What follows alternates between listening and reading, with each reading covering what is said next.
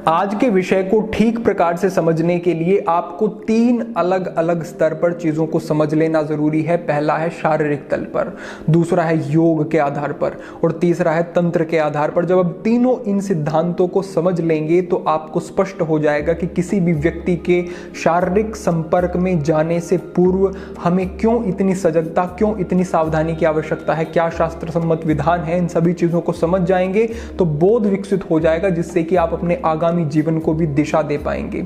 सबसे पहले आप इस बात को समझ लें कि जो वस्तु हमारी चेतना से संबंधित है, जो विषय हमारी चेतना से संबंधित है, उसमें बड़ी सजगता की आवश्यकता है, क्योंकि वो सूक्ष्म स्तर पर कार्य कर रहा है। जो हमारी देह से संबंधित है उतने सूक्ष्म स्तर पे कार्य नहीं कर रहा है। जैसे कि यदि आप आसनों का अभ्यास कर रहे हैं तो आसनों को आप कहीं से देख करके ठीक विधि से समझ करके कर सकते हैं, लेकिन प्राणायाम का अभ्यास थोड़ा और सूक्ष्म हो गया तो उसमें निरंतर आपको विशिष्ट विशेष मार्गदर्शन की आवश्यकता है, उचित मार्गदर्शन की, एक अनुभव सिद्ध मार्गदर्शन की आवश्यकता है। ध्यान के अभ्यास में और अधिक सजगता की आवश्यकता होगी।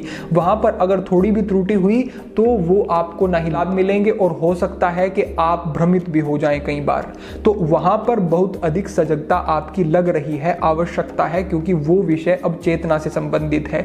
इसी आधार पर समझे आपके ब्रह्मचर्य के महत्व को हर तरीके से आवश्यक बताया गया है, महत्वपूर्ण बताया गया है। लेकिन अगर आप शारीरिक तल पर बात करते हैं तो वहां पर विधान के साथ एक सही रीति से, सही ऋतु में अगर शारीरिक संपर्क में जाते हैं, स्त्री पुरुष शारीरिक संपर्क में जाते हैं, तो उतना अधिक वर्जित नहीं बताया गया है।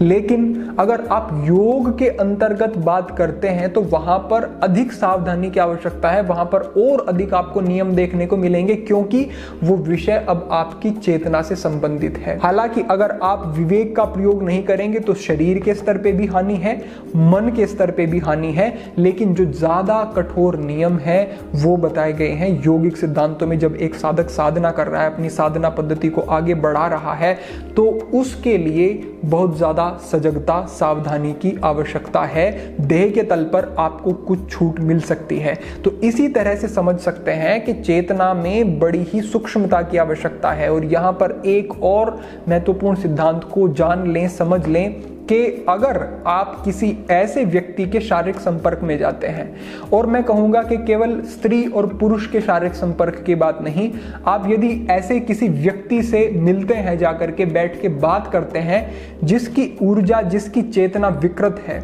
ऐसा व्यक्ति आपके ऊपर भी निश्चित रूप से प्रभाव डालता है। इसीलिए कुसंग के कारण आपके जीवन में बहुत सारा कुछ घटित हो सकता है जो कि आपके लिए ठीक नहीं है, क्योंकि वो ऊर्जा प्रभावित कर रही है आपको। केवल क्रिया ही नहीं, ऊर्जा के और चेतना के स्तर पर आप बहुत अधिक प्रभावित हो रहे हैं। इसीलिए जब भी आप किसी ऐसे व्यक्ति के संपर्क में जाएं जिसकी ऊर्जा ठीक नहीं, जो कि नकारात्मक है, जो कि गलत वृत्ति का आदमी है, या फिर वो आपके चेतना के तल से निम्न तल पर जीवन जीने वाला व्यक्ति है और आप व्यवहारिक तल पर उसके साथ नहीं, आत्मिक तल पर अगर उसके साथ किसी तरह से जुड़ गए हैं, तो आपको हानि हो सकती है। एक व्यापारी है, व्यापार कर रहा है, अपने व्यापार में उसके पास कोई व्यक्ति आता है, उसको वो कोई वस्तु देता है, कुछ भी है, तो ऐसी स्थिति में कोई बहुत बड़ी हानि नहीं है। लेकिन अगर आप किसी ऐसे व्यक्ति के साथ जुड़े हैं, मित्रता है, कोई संबंधी है, परिवार का सदस्य है, तो ऐसे व्यक्ति का जो ऊर्जा है, जो चेतना है, वो आपको प्रभावित कर सकती है, आपकी चेतना को भी विकृत कर सकती है। तो यहाँ पर सावधानी की आवश्यकता है। और साथ ही साथ जो आप शारीरिक संपर्क में जाते हैं किसी व्यक्ति के, तो वहां पर विशेष सावधानी यूं रखनी जरूरी है कि यदि वो व्यक्ति, जिस स्त्री के साथ आप शारीरिक संपर्क में जा रहे हैं, अगर उसकी चेतना निम्न तल पर है और आपकी चेतना उच्च तल पर है, तो आप समझ लें कि आपकी चेतना पर फिर भारी आघात होगा, भारी नुकसान आपको झेलना पड़ेगा उस स्थिति में। अगर आप भी निम्न स्तर पर हैं और आपकी जीवन संगिनी भी उसी स्तर पर है, तो विशेष विध्वंसकारी नहीं है, लेकिन आपका स्तर ऊंचा है, दूसरे व्यक्ति का स्तर नीचा है, या दूसरे व्यक्ति का ऊंचा है, आपका नीचा है, तो तालमेल जो यहां पर बिगड़ रहा है, तो वो विशेष रूप से विध्वंसकारी है, उचित नहीं है। इसीलिए शास्त्रों में विधान है कि कैसी आपके लिए जीवन संगिनी हो, या फिर कैसा एक स्त्री के लिए पुरुष हो, उसका भी काफी मार्गदर्शन किया गया है, जो कि एक विस्तृत विषय है। तो इन विषयों को समझ लेना जरूरी है। तो जो मूलाधार पर जीवन व्यतीत कर रहा है, मूलाधार चक्र के स्तर पर, अगर वो मणिपुर, अनाहत, विशुद्धि चक्र वाले व्यक्ति के साथ उसका संपर्क होता है, शारीरिक तल पर उनका संपर्क होता है, तो वो विध्वंसकारी हो जाता है, क्योंकि फिर उसकी स्मृति और उसकी चेतना पर वहां पर प्रभाव पड़ता है और वहां पर विशेष आघात पहुंचता है। इसको समझ लेना जरूरी है।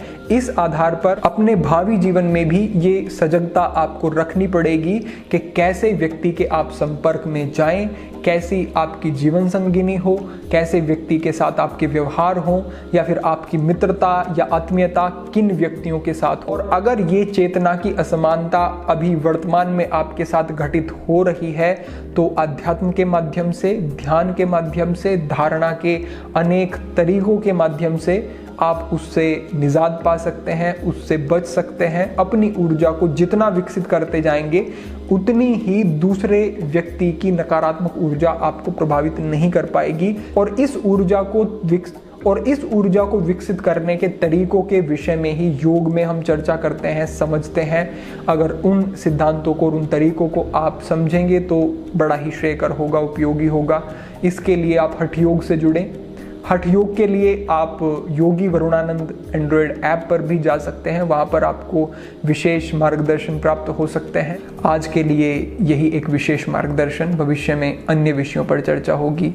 सभी के लिए प्रार्थना, सभी के लिए मंगल कामना। ओम नमः शिवाय।